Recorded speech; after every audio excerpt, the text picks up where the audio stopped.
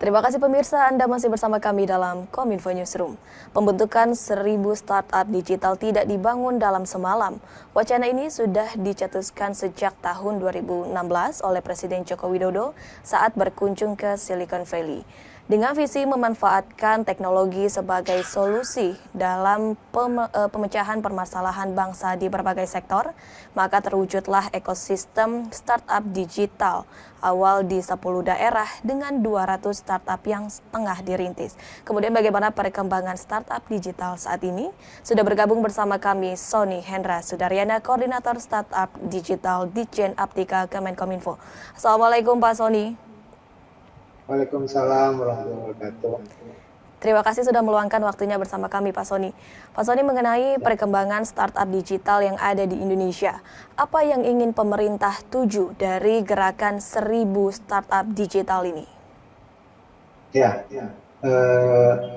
Mungkin diawali dengan nama programnya sendiri ya. Jadi kita pertama ini gerakan nasional, jadi bukan hanya Kominfo, tapi ini gerakan gotong royong bagaimana kita bisa bersama-sama membangun ekosistem startup digital.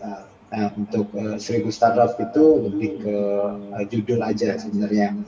Meskipun target kita udah lebih dari 1.400 startup yang kebentuk, namun kita melihat bahwa satu startup aja, contoh mungkin ya Gojek, satu startup seperti Gojek bisa berkontribusi terhadap 1% GDP Indonesia.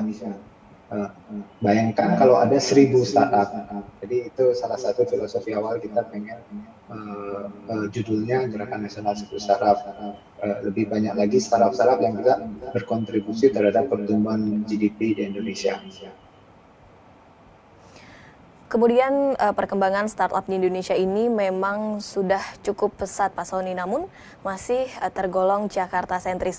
Apakah dengan adanya program startup digital ini, perkembangan startup dapat terjamin dengan rata? Ya, menarik sih pertanyaannya ya. Jadi Indonesia sekarang sedang dalam masa bonus demografi, di mana jumlah anak muda produktif lebih banyak, sekitar 70% lebih, dan kita melihat bahwa knowledge terkait startup awal-awalnya di tahun 2015-2016 itu hanya berputar di seputaran kota Jakarta dan Bandung. Kita pengen, Kominfo pengen lebih inklusif lagi terkait ini, makanya di tahun berikutnya kita running di 10 kota, dan alhamdulillah tahun lalu kita running 20 kota untuk program startupnya. Jadi kita ada hub di 20 kota untuk membuat knowledge terkait startup ini bisa lebih inklusif, dan anak-anak muda di seluruh Indonesia punya akses terhadap hal ini.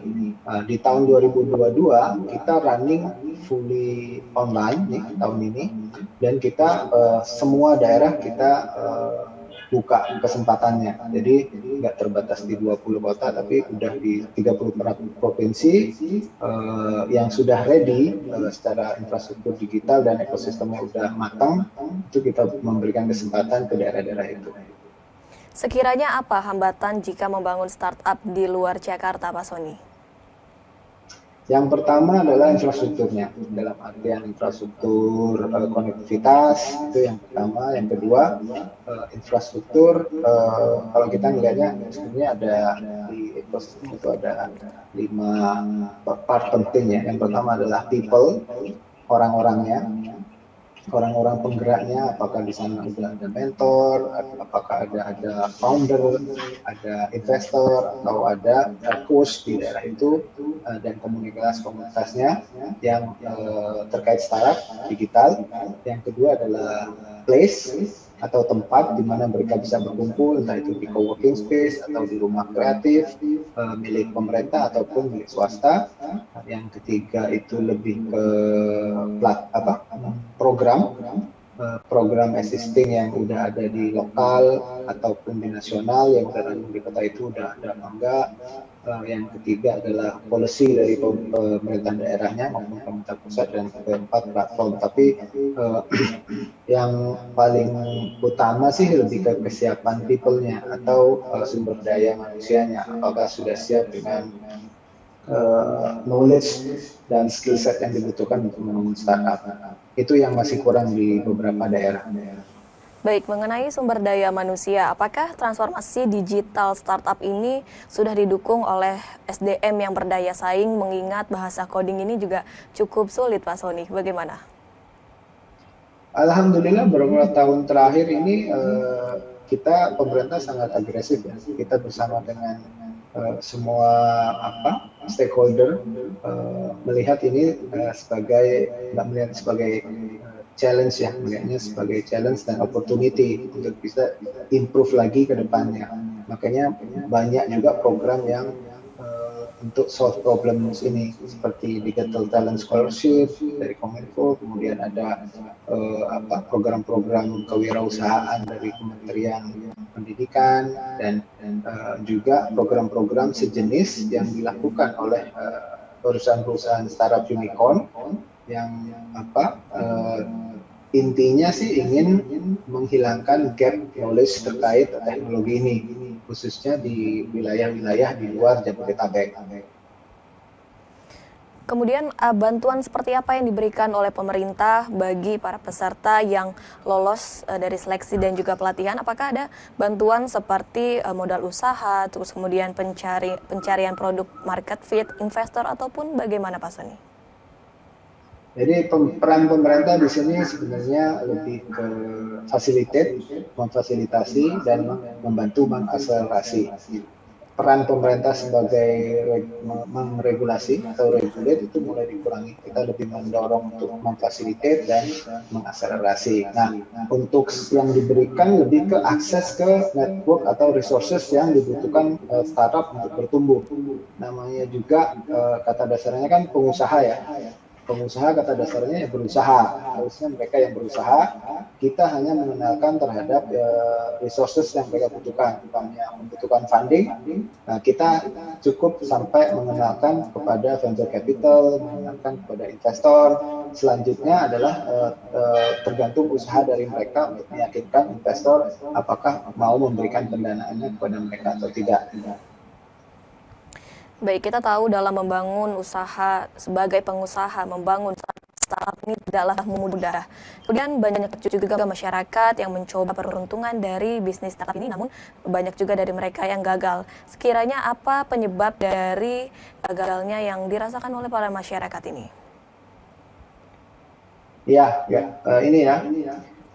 Emang success rate-nya sangat rendah dari startup digital. Sebenarnya sama dengan bisnis-bisnis yang konvensional ya. Cuman mungkin karena ini digital, sangat mudah untuk mulai. Kalau startup digital kan kita nggak perlu sewa ruko, nggak perlu sewa kantor, tinggal kita bisa nge-build produknya dari rumah. Jadi dengan kemudahan itu, otomatis jumlah startup yang di-create pasti banyak dan success rate-nya akan semakin kecil. Nah, kita kalau ada beberapa sih yang paling challenges dari startup itu adalah timing ketika mereka membuat startupnya itu pas apa enggak atau produknya itu pas apa enggak dengan marketnya.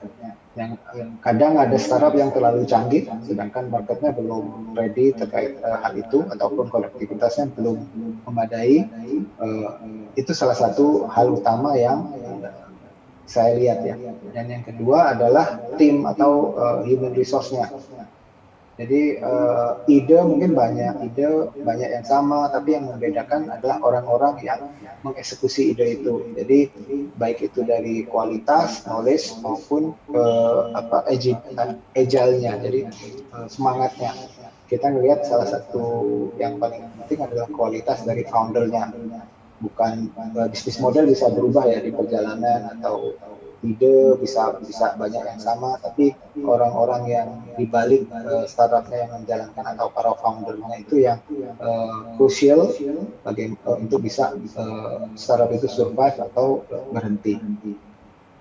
Baik, salah satu faktor yang menjadi penyebab gagalnya startup ialah dengan SDM yang kurang berkualitas dan juga produk yang tidak tepat sasaran. Kemudian apa strategi dari Kemenkominfo agar untuk meminimalisir atas kegagalan tersebut dan juga produk tersebut bisa dapat tepat sasaran? Ya, dari Kominfo sendiri kita ada program, sebenarnya programnya ada beberapa ya, mulai dari early banget itu sekolah beta, kemudian 1000 startup digital, dan yang untuk SDM kita fokus juga ke C-level itu ada di Startup Studio. Nah, Startup Studio ini fokus ke product market fit untuk ngebantuin startupnya menemukan product market fit mereka. Karena kita melihat salah satu hal yang ya itu tadi ya yang bikin startupnya mungkin nggak mati ya, tapi stagnan itu adalah mereka belum menemukan produk market fit.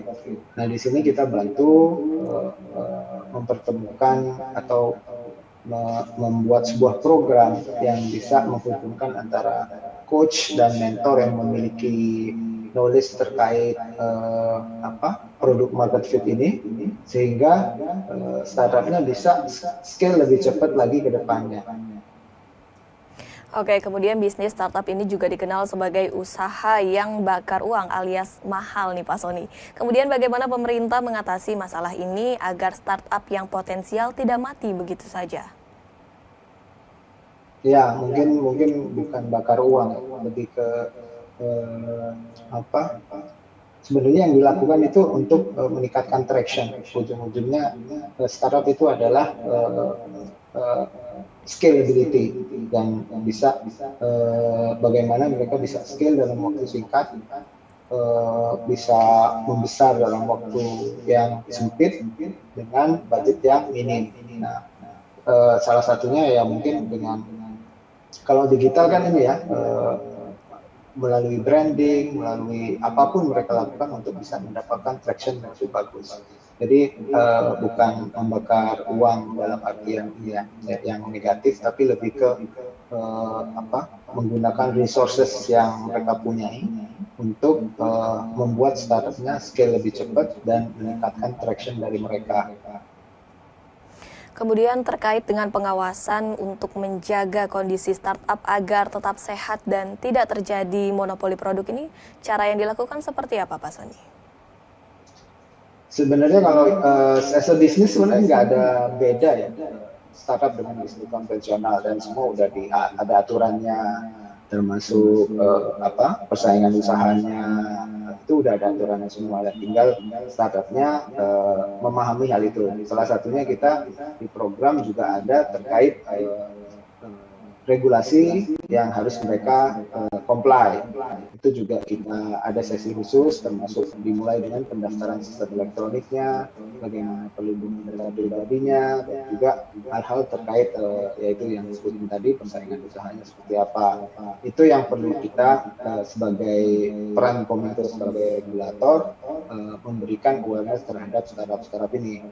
Bisa jadi mereka bukan punya niat yang nggak baik, tapi mungkin karena belum tahu aja. Itu yang perlu kita lebih diseminasi informasi ini, kita harus lebih perkuat lagi pada teman-teman di startup yang ada.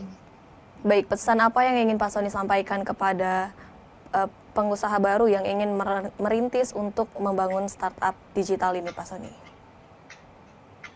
Ya, mungkin pesan buat anak-anak muda ya yang tertarik untuk membangun bisnisnya, khususnya startup digital. Pemerintah udah spending banyak menghabiskan membangun infrastruktur digital di seluruh Indonesia, dan akan mengkoneksikan seluruh kota di Indonesia, bukan hanya di Indonesia sendiri, kota-kota di dalam Indonesia, tapi mengkoneksikan Indonesia dengan kota-kota di global. Selanjutnya pertanyaannya, dengan konektivitas yang sudah kita bangun ini, apakah kita siap untuk menghadapinya? Itu mungkin salah satu question yang harus kita jawab, dan mungkin di pesan saya ya, marilah kita membangun Indonesia dengan 1000 mimpi, 1000 solusi, 1000 karya untuk satu Indonesia Raya. Baik, mari bangun Indonesia dengan mimpi dan juga karya bersama-sama. Terima kasih Pak Sony Hendra Sudaryana yang telah bergabung bersama kami dalam Kominfo Newsroom. Makasih. Salam sehat Pak. Pemirsa, kami akan kembali dengan beragam informasi lainnya. Tetaplah bersama kami.